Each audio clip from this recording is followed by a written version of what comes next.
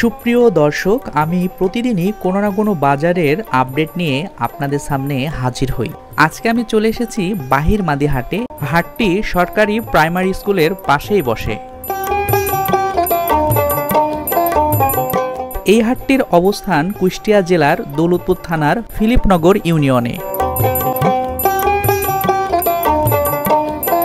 সপ্তাহে দুদিন সোমবার ও বৃহস্পতিবার এইখানে হাট বসে। এটি মূলত চর অঞ্চলের গ্রামীণ হাট। এই হাটটির কয়েক কিলোমিটার দূরেই আবেদের ঘাট অবস্থিত।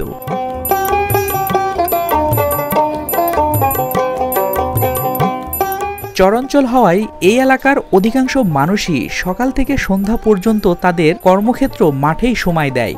ফলে মাগরিবের আগে ক্রেতাদের আনাগোনা কম থাকলেও মাগরিবের পরে এই হাটটি জনসমাগমে মুখরিত হয়ে ওঠে।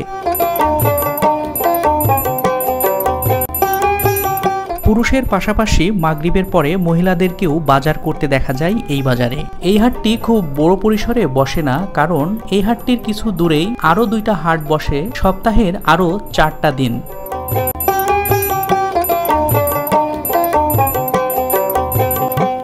হাটটির অবস্থান চরাঞ্চলে হওয়ায় এই হাটটিতে টাটকা শাকসবজির আমদানি হয়।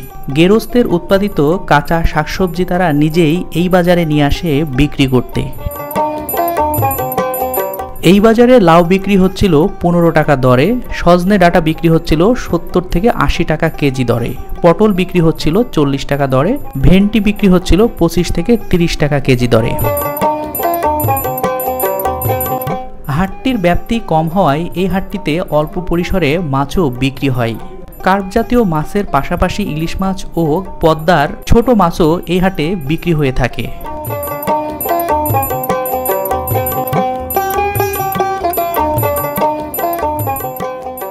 হাটে আগত ক্রেতাদের রসনা বিলাসের জন্য এই হাটে মুখরোচক খাবারের ব্যবস্থা আছে। পেঁয়াজু, সিঙ্গারা, পুরি বিক্রি হতে দেখা যায় এই হাটে।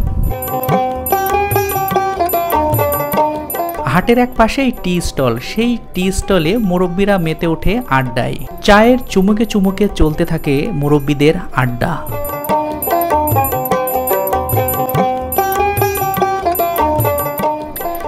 এই হাটটিকে কেন্দ্র করে এই হাটের চারপাশে বেশ কিছু স্থায়ী দোকানপাট গড়ে উঠেছে।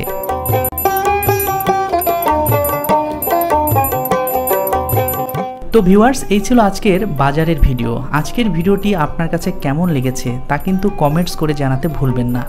ভিডিওটি ভালো লাগলে শেয়ার করবেন। হাট বাজারের এরকম ভিডিও প্রতিনিয়ত পেতে আমার পেজটিকে ফলো দিবেন। আবারও দেখা হবে নতুন কোনো হাটের ভিডিওতে।